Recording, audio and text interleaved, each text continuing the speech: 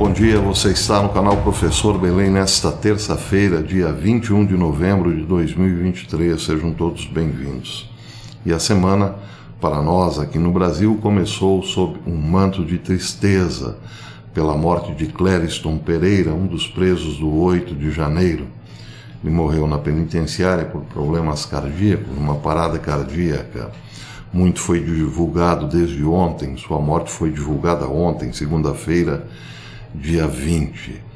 A notícia, largamente dada, chocou, sim, boa parte da sociedade brasileira. A grande mídia praticamente não deu nenhum destaque além de uma nota de rodapé ao passamento de Clériston.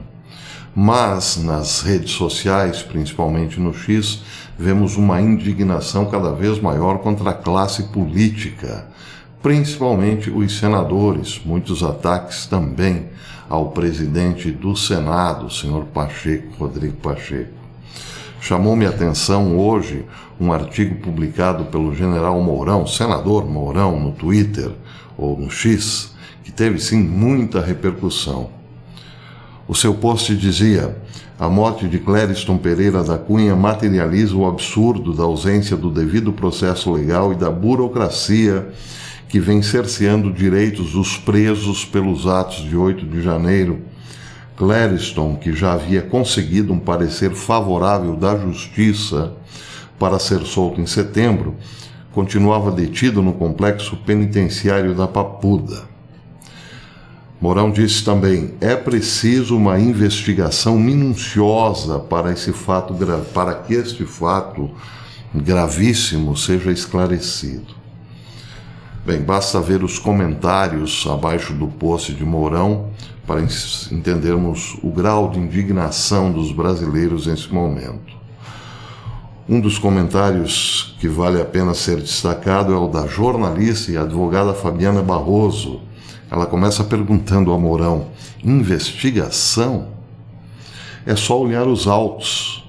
Pelo que eu saiba, é no mínimo crime de responsabilidade.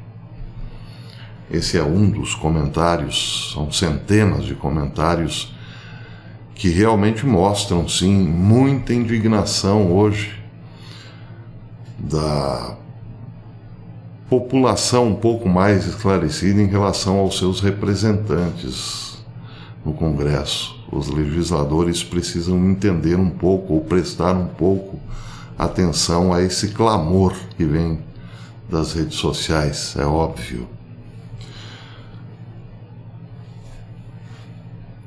Por outro lado, o Congresso também manifestou o seu pesar. Essa foto aí mostra senadores prestando homenagem e luto a Clériston Pereira. Muito bem, tristeza no Brasil, muito otimismo na Argentina.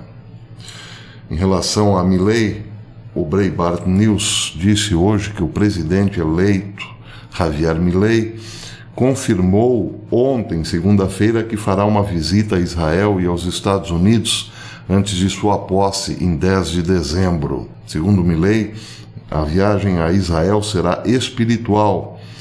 Ele pretende se encontrar com rabinos que havia consultado durante as eleições, diz o Breitbart News. Milei conquistou a presidência de forma esmagadora na noite de domingo, derrotando o atual ministro da Economia, Sérgio Massa, um socialista. O mandato de Massa foi definido pela inflação superior a 140%, pelos níveis crescentes de pobreza e desemprego e pela pior crise econômica da história do país, disse o Breitbart News. Milei, então, fará uma viagem antes do dia 10 para Israel e depois para os Estados Unidos. A viagem para Israel será espiritual, segundo o Breitbart News. Na verdade, é muito mais do que isso. Bem, o ato simbólico o mais forte será passar a capital, passar a embaixada argentina para a capital, Jerusalém. Mas é claro que Milei quererá ou buscará apoio em Israel, não financeiro propriamente, mas, claro, tecnológico, de inteligência. Tentará, evidentemente, abrir novos mercados e atrair, sim, investidores. israelenses para a Argentina. Então há o aspecto simbólico, mas também Milei corre contra o tempo para criar uma economia livre em seu país. Daí porque, evidentemente, buscará sim muitas alianças com países que ele julga serem os mais importantes nesse momento, segundo a sua política, ou a política que quer implantar. Estados Unidos e Israel, evidentemente. Israel pode sim ajudar a Argentina tecnologicamente e muito, segundo vozes dentro do gabinete de Milei. Bem, sobre a vitória de Milei, eu, claro, li muitos comentários, mas o que mais me chamou a atenção foi um comentário publicado ontem por Ryan McMaken. Ele é editor executivo do Instituto Mises. Seu comentário é bastante longo, mas eu fiz um resumo e vale a pena. Ele diz o seguinte: Milei tornou-se conhecido como um crítico extremamente veemente do socialismo, dos bancos centrais e de muitos tipos de intervenção governamental em geral.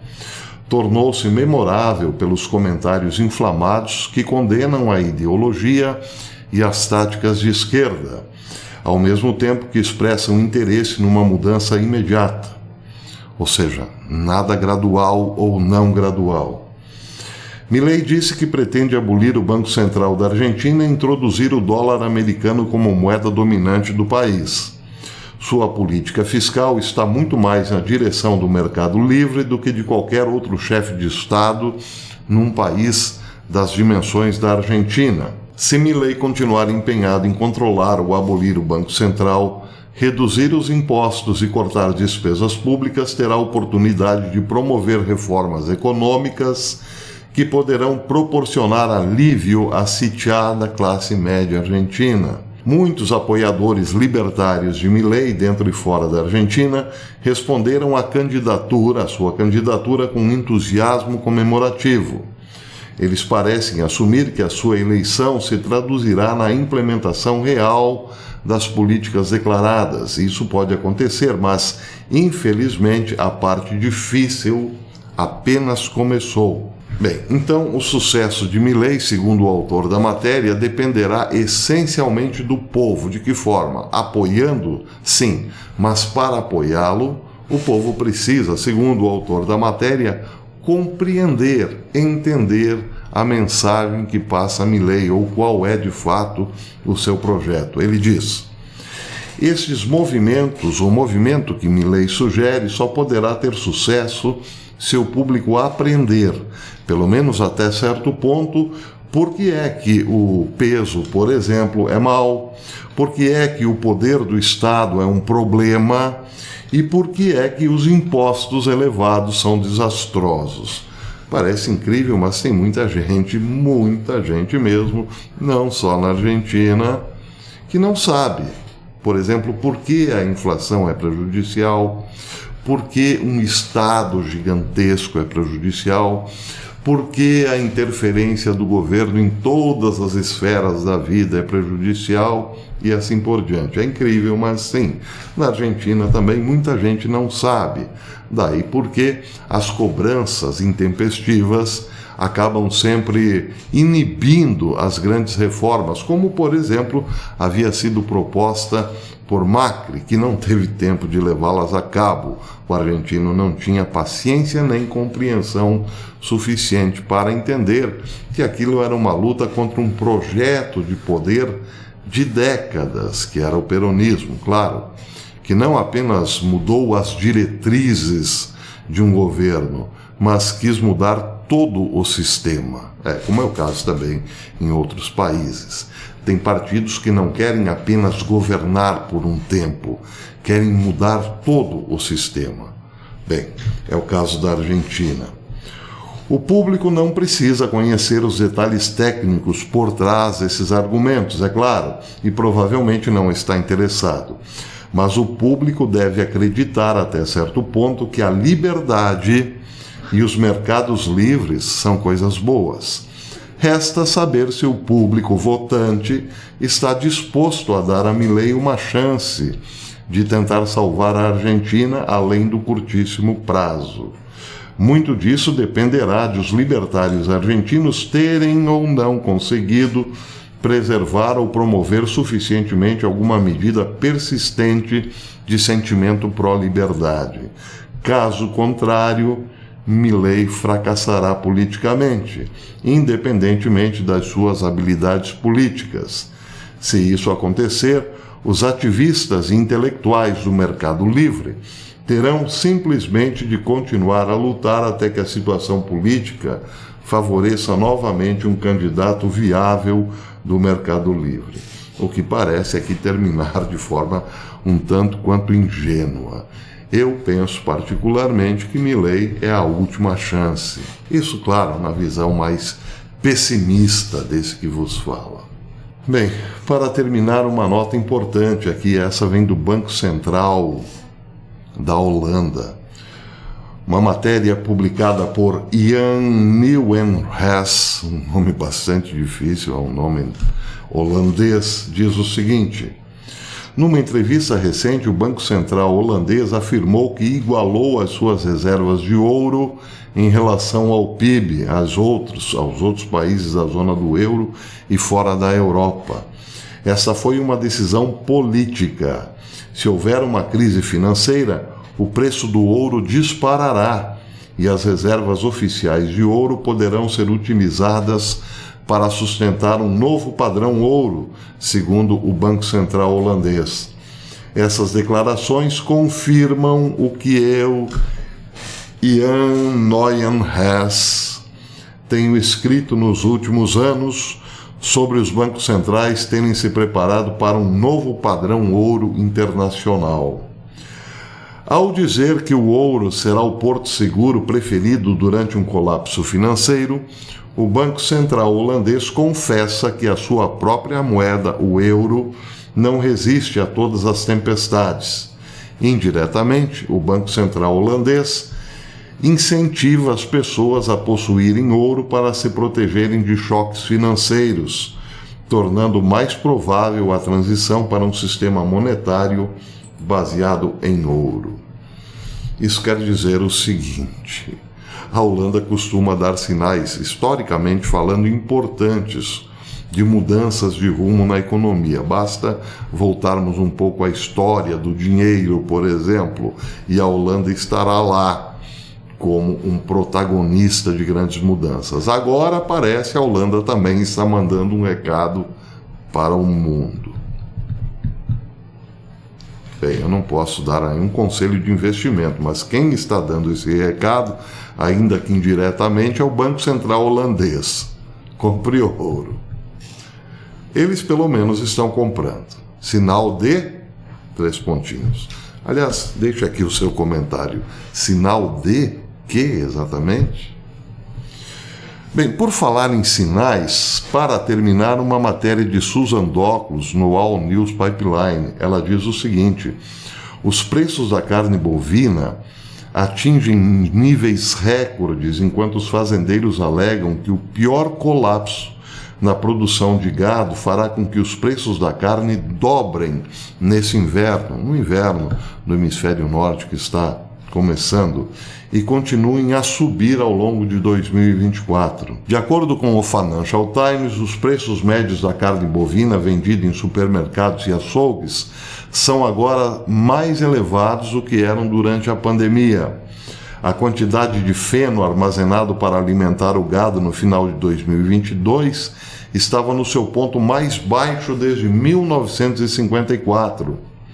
Entre a seca e a falta de feno, os pecuaristas estão reduzindo novamente o tamanho do rebanho, que já está no nível mais baixo nos últimos 61 anos. Além das secas, diz Susan, os bloqueios da Covid causaram um aumento nos preços da carne bovina em 2020, que caiu drasticamente em poucos meses. Então, em 2021, quando Biden assumiu o cargo, o preço disparou novamente e agora estão no nível mais alto desde 2012. Bem, então está aí uma perspectiva bastante alvissareira para o Fórum Econômico Mundial, cujo símbolo, Klaus Schwab, Disse reiteradas vezes, você não terá nada. Provavelmente ele estava dizendo também carne. Você não terá carne, mas será feliz. Aí porque eles já estavam investindo bastante, por exemplo, em farinha de grilo, não é mesmo? Pois é. Tudo isso, claro, nos parece muito bem planeado. Bem, para terminar, quero mostrar aqui aos amigos, eu fiz uma pergunta, dia desse eu fiz uma pergunta para a inteligência artificial, quem para ela seria o anticristo, e ela mostrou-me uma figura até relativamente parecida com Obama. E hoje eu fiz outra pergunta à inteligência artificial. Perguntei para a inteligência artificial como ela poderia descrever o mundo no atual momento a partir de uma única imagem. E a imagem que me apareceu foi essa aí. Na verdade foram 4, mas todas muito parecidas. Então eu escolhi esta imagem, que mostra o topo da pirâmide muito bem iluminado, todo certinho, bem protegido, ao que tudo indica, e todo o resto, como vocês veem, num, digamos, caos apocalíptico, principalmente a base. Aliás, a base, a esfinge da base, bem parece um demônio, não é mesmo? Deixa aí o seu comentário também. Parece que a inteligência artificial entendeu muito rapidamente, ou sabe muito bem como descrever o mundo a partir de uma imagem. Por enquanto é isso. Vou ficando por aqui, também deixando claro os meus sentimentos para a família, para os familiares de Clériston Pereira da Silva. Até amanhã, se Deus quiser.